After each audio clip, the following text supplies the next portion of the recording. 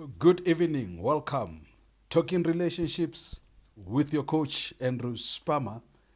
Yes, this is our Tuesday appointment where we talking relationships. Please feel free to send me a message and also comments about the topics that you will want me to address while we talking relationships. Remember, this is your program that is meant to empower your relationships, and to make sure that you live a better and fulfilling lives. You live a better and fulfilling life as a couple. So talk to me, engage with me about the topics that you feel that they are important to be addressed. Yes, you can also ask me questions. You can send me a message, ask me questions so that we can start engaging on matters of relationships, but above all, also your personal growth. Why would I talk about personal growth and also talk about relationships? Personal growth versus your marriage, or your marriage versus your personal growth. Because in most of the time, you find that in a relationship or in a marriage, when people get married, they forget about themselves and they put their attention towards their marriage.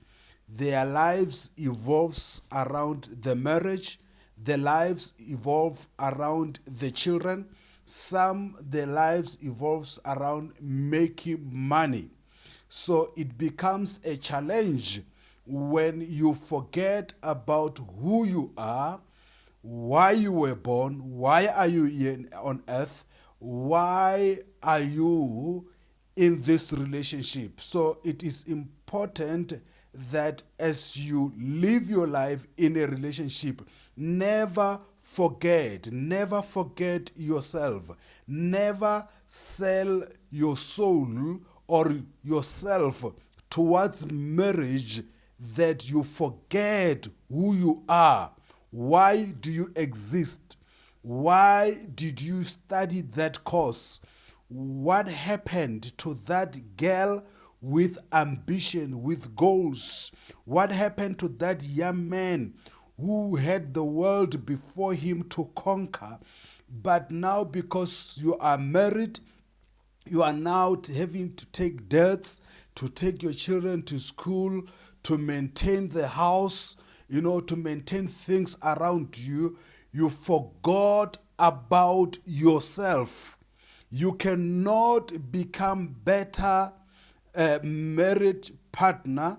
You cannot become a better husband. You cannot become a better wife. You cannot become a better a parent if you yourself are not fulfilled inside.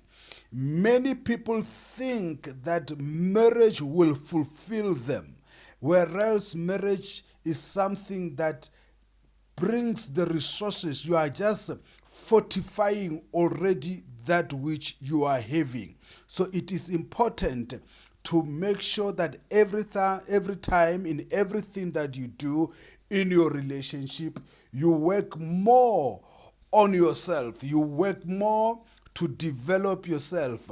You work more on your academic career. That is why it is important that some of you need to join my wife on Saturday, where she will be talking about career advancement, how you can advance your career. She was telling me that, some of the career that we are involved in, it is not something that we chose, but out of the circumstances that we found ourselves. We found that you are employed in a particular department, in a particular company, but you don't actually like it, or you don't actually enjoy the job. So the problem is not your situation, how you grew up, how the course that you have studied, because after some time, when your basic needs for survival are met, it becomes your responsibility to grow in your profession. So on Saturday, my wife will be joining you on Facebook and also on Zoom on a session where she talks about how you can advance your career. So please, I invite you to join for only 200 rand. You can join and understand why is it important for you to grow professionally, for you to grow in your career, for you to grow and do that which you desire, that which you know has always been your desire. If it is a business,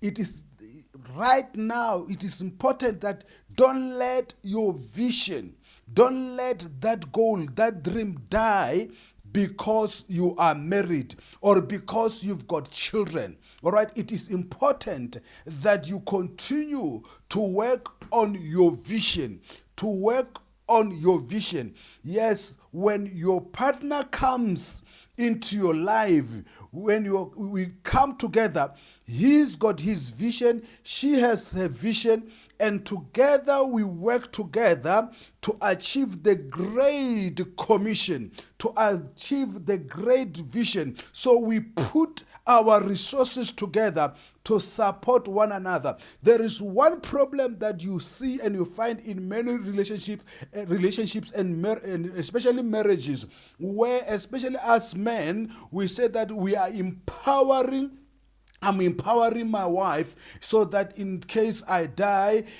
she must have something. You know, some say that, no, I'm taking my wife to school. And then from there, you neglect yourself. You neglect yourself in return. And then some, you feel that now because your partner is educated, now they see themselves better. You don't qualify.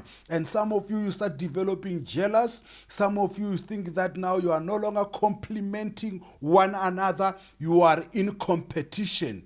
Because when the other was busy developing herself or himself, you pulled a handbrake, you packed your life. All right? It is important that in relationship, in marriage, we continue seek to develop ourselves. We continue seek new ways how we can grow, how we can become better. That is why last time I said to you that if your husband is saying to you, don't worry, you can be a stay-at-home mom, you don't have to work, then start developing yourself. Start developing yourself because you don't know. It reminds me of the story of Naomi. Naomi was just a mother who had two boys, and her husband goes to her with a very powerful business proposal, and a proposal at that time that was making sense. Why did it make sense?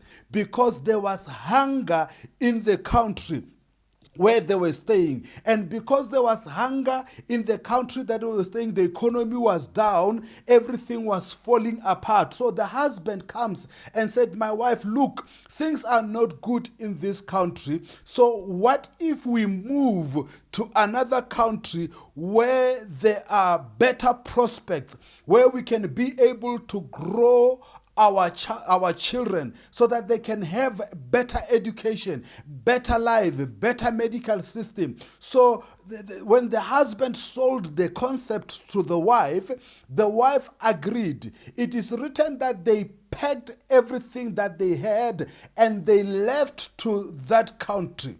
Everything was fine. The plan was working well. But all of a sudden, while she was with the husband in a foreign land, the husband that said, when we get there, you don't have to work. You don't have to struggle.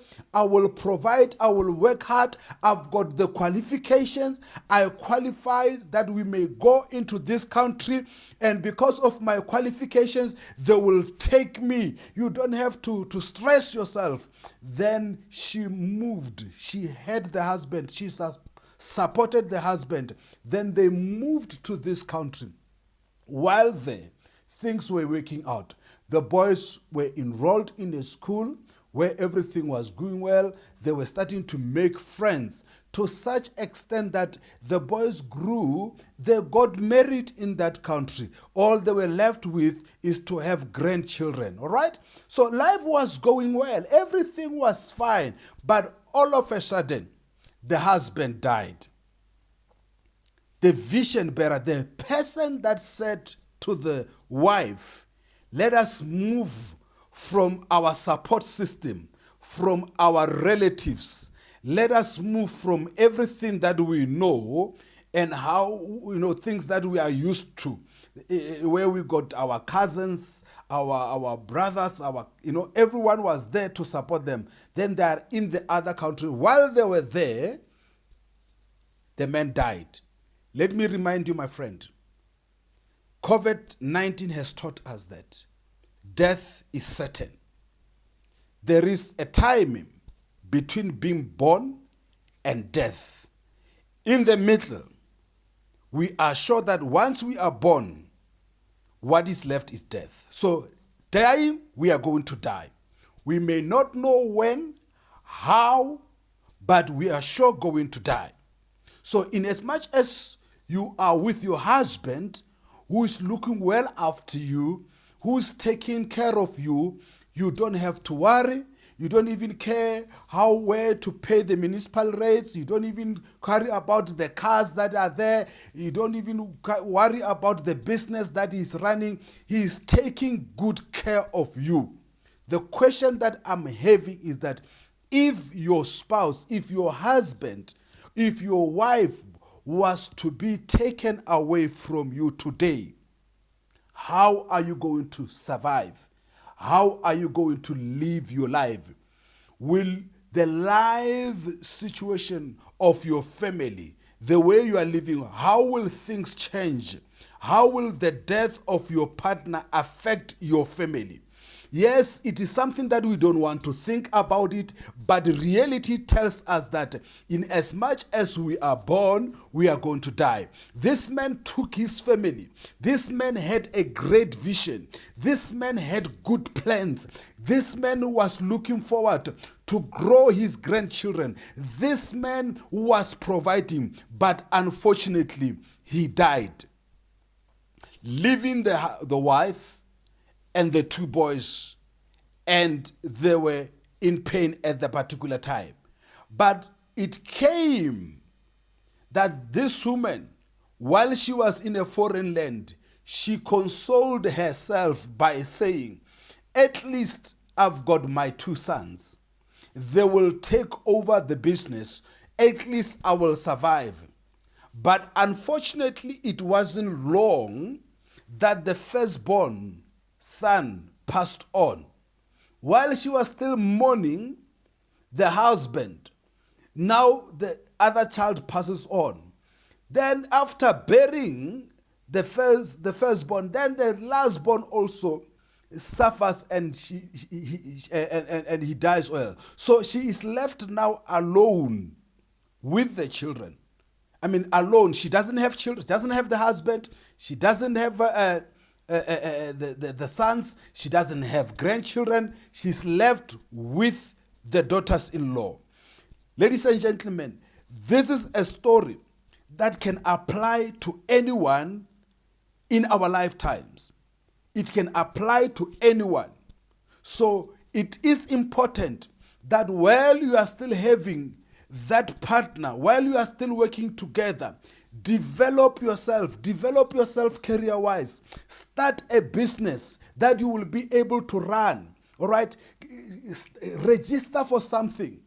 Yes, things are going well. There's no need for you to register. There's no need for you to worry about business.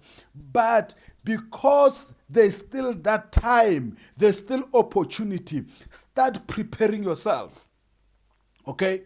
Start preparing yourself. If your husband is involved in business, try to know and to learn how the business is running. Yes, there are some of us that are involved in risky businesses. But if you are involved in a risky business that you cannot be able to pass to your children or to pass to your spouse, start creating something that is of less risk, that your children and your spouse can start to be involved in while you are running the other side of the business. I don't know whether you are understanding what I'm saying, because if you are not doing that, you are exposing your family, you are exposing your children, you are exposing your partner to a life that can be a life of pain.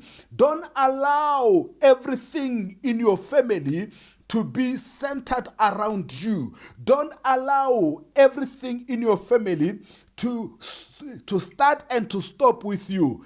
Involve your family in running the matters of your house. Involve your family, involve your spouse, involve. If you are running a taxi business, start teaching your wife about what is happening, how many taxis you are having. Start teaching your children, because the reason why you are working so hard day and night is so that you can create something, some legacy, at least for your children. So what is the use? There is nothing as painful as seeing scavengers going after your wealth once you are dead, because you did not teach your family, you did not teach your children how to hunt, but they were always eating, not understanding where that which they are eating comes from.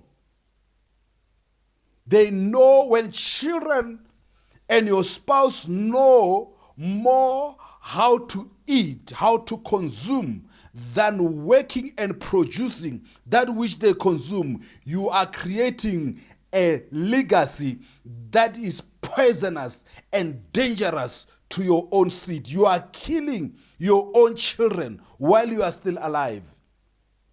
You are committing suicide not only for you, but also for your children and the generation to come. So start teaching your children. Start developing them. Start developing your spouse. Start using the resources to start a business that you can be able to pass to them once you are dead, once you are not there. You cannot just sit and enjoy life. Ladies and gentlemen, death is real. Death comes in like a thief without giving us a notice. COVID has taught us a lesson that we need to take seriously. In South Africa now, universities will be opening for new applications. Some of you need to study, register for a course. And remember, ladies and gentlemen, remember very well that your qualification as a parent, you cannot pass it to your children. Qualification as a wife, you cannot pass it to your husband. Qualification as a husband, you cannot pass it to your wife. So once you get the qualification and you are able to earn better, start using your earnings to create something that will create income for your family, something that you will pass. So education becomes a tool that empowers you to create money, and using that money, you use it to create something that you will be able to pass to your children. I cannot pass my degree to my children. I cannot pass my degree to my wife. Though I love her, though I love my children, but I can start creating certain businesses that I can be able to pass to them, and that can be able to give them life even when I'm not there. Remember that if my children and my family are dependent on my salary, when I die, that salary will stop. And if that salary stops, that means they will not have a source of income. So now it is important also to look at the risk. You look at your debts, how much you are owing, and you look at your savings, how much you are having, either your retirements, either your investments, and also you look at the assets. And after that, you are able to take things like a life cover. A life cover is a money that you will pay after there's been an assessment to see how much you will require to settle all your debts. And then after that, you get a life cover to see that how much will your children and your wife need to maintain their lifestyle if you were to pass on. We know very well that some of us, if your partner, the one that is working now, was to get sick and they were to pass on, you will have to leave that house. Some of you will have to take that car back to the bank. Some of you are sitting with all the cars that are in the house. You are owing them, all of them. You don't even have a car that you have paid off that you can park in the garage and say that this is just a car. In case everything falls apart, then at least we got something that can sustain us. Some of you, your debts are more than even your retirement. Some of you, your debts are more than even what you can be able to even if they were to sell the house, your debts are just too much. The question that I'm having for you today, this evening, if you were to die, what will happen to your family? What will happen to your children? Some of you, your children are going to expensive schools. They don't even learn any of the vernacular languages. If you were to die today, will your children continue attending the same school that they are attending? The other thing that is important, amongst your family members, your brothers, your sisters, you know who is the cruel one. You know who is the one that will come and cause havoc to your children and to your wife about your properties and your inheritance. And it is important, ladies and gentlemen, that we talk about death. Let us not be scared of death. Let us plan like we're going to live forever. Right? Let us plan like we're going to live forever. Let us love like we're going to die tomorrow. But also let us plan for our death. Let us have proper life covers, not death, funeral cover. No, I'm not talking about funeral covers. I'm talking about life cover, where you are able to say that for 500 rand, for 600, for 1,000 rand, if I can die at any time, I know that I will leave about 5 million, 10 million, about 20 million to my family and to my wife, or to my wife and children. And also what is important, some of you, what you need to do is to revisit your policies. Some of you are married, but beneficiaries on your policies are still your sister, is still your mother, but you've got a wife and children. And you know very well that if you were to die today, and your wife and your mother and your sisters were to come and have their hands on that money, your children will suffer. Right?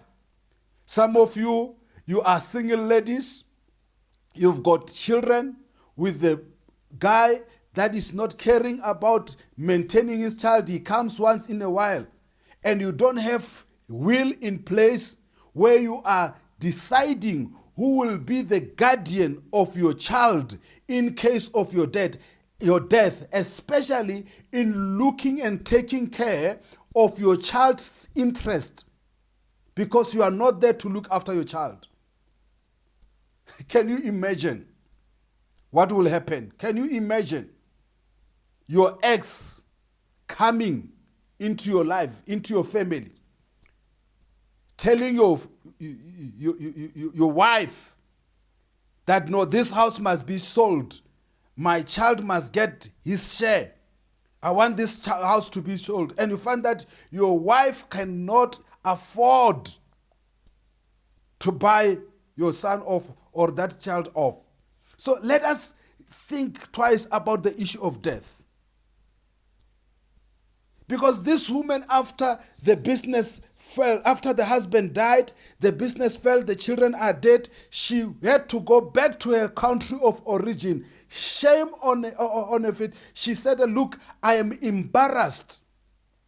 All right, I am embarrassed. I don't deserve anything. Let me just go back to my people empty-handed.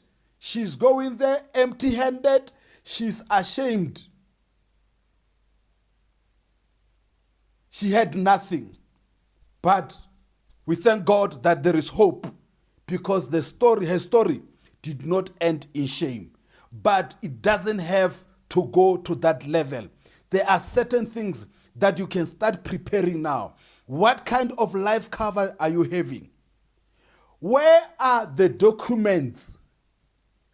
Where are all the documents? Where are the policies? Some of you are paying policies, and if you were to die tomorrow, no one will know where are those documents, where to go, because everything is hidden. And if you are hiding these things, why do you take them and still hide them? Why do you take policies and you register your children, you register your spouse, but you are hiding these things? Because if you hide them, no one will claim them. And if no one claims, the insurance company will not be running after your spouse or your children to say that here is your money.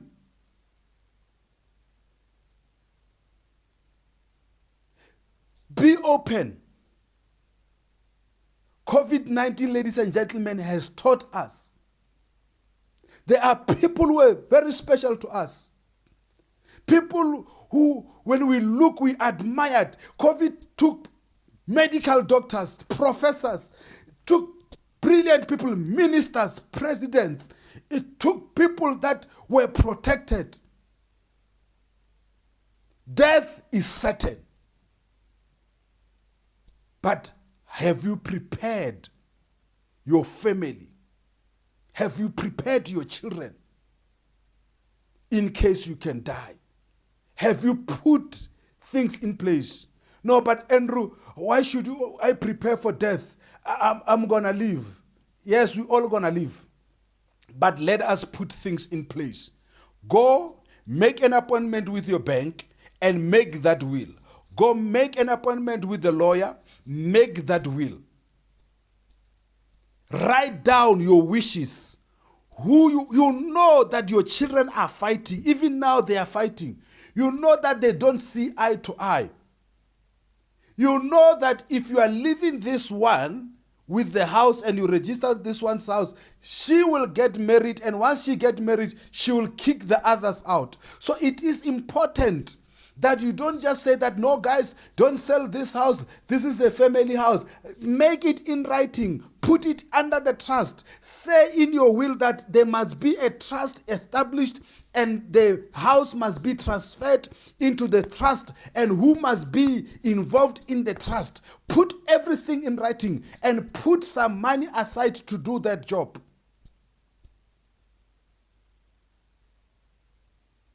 Some people are crying, not because they miss their loved ones.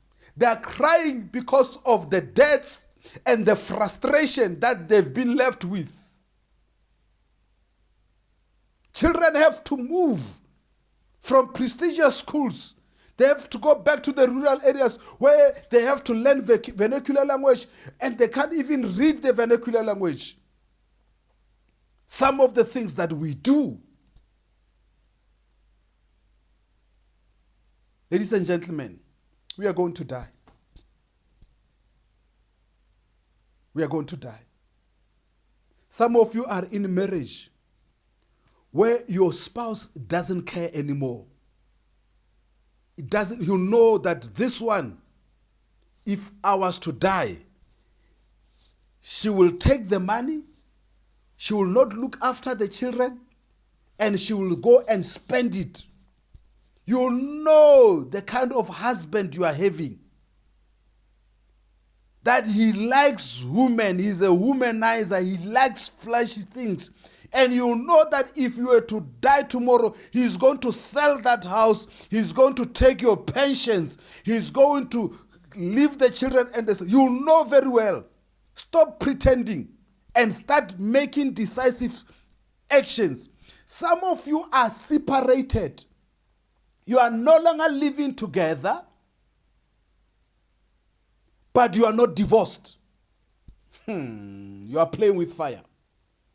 Yes, it is fit, it suits you well now, but if you were to pass on tomorrow, your children will pay the price of your undecisiveness. Your children will suffer because of your undecisiveness. Stop complaining that I don't have money for divorce. Divorce, you can arrange it at the magistrate court. You don't necessarily need a lawyer unless there is some argument happening. But even if there is argument happening, you can pay a mediator, which is cheaper than a lawyer. Yes, send me a message. I can help you. Because we cannot. But Andrew, why are you advocating for divorce? No, I'm not advocating for divorce. The fact is that these people are separated. And if one of them was to pass on, especially this one that is looking after the children, if they were just to pass on tomorrow, that one has been gone for many years. He's coming for these assets because he's got the marriage certificate. And let me tell you, he will not even feel sorry for the children. He'll take everything. So make a decision today. Stop being undecisive. The children have been living without their mother or their father. There's no marriage. You are separated. The person is living on the other side. You are living on the other side. Why are you still keeping that thing? Because it's going to cause more damage. It will affect you. The person will eat your pension. The person will make your children to suffer. And here you are busy saying, I'm working hard for my children. When you are dead. When you are dead. Guys, it is important. Number one, to empower yourself. Empower, no matter how much, how rich you are, how rich your husband, how connected your husband is. Oh, I could imagine. Can you imagine what happened to the wife of a minister? The wife of a minister is like the wife of a pastor. Because you benefit because your husband is in office and is appointed. Some of the benefits, Jabong Mamuruti, comes because the pastor is there. Some of us, we know that once Muruti is dead, your title is gone. Hey, that is painful. Ooh. That is so painful and so hurting. When people used to usher you and your husband is gone, now they just treat you like a common. Oh. When you used to be the minister's wife, you had a PA and you used to call and everything. Now your husband is that, and they put an acting minister. He's gone. But some of you is because we don't prepare. We act as if we're going to live forever. We act as if things will always be the same. No, things will not always be the same. And one of the things that is certain in this life is that in as much as I was born, I'm going to die. But the question is that, what am I leaving behind for those that I loved? What am I leaving behind for those that I cherished? What am I leaving behind? Am I leaving debts? Am I leaving headaches? Am I leaving pain? Huh? The debtors will be knocking at your house. They will be putting insolvent, deceased estate. They are selling everything in order to cover all the debts that you are having. your children. Your children moving from the Model C schools, going to the village. When they start to talk,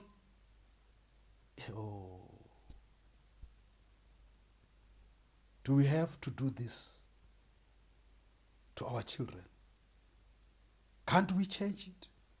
Can't we make right decisions? Can't we go and revisit? Check your life cover. Some of you are paying for death. Funeral cover, you got about 5 of them.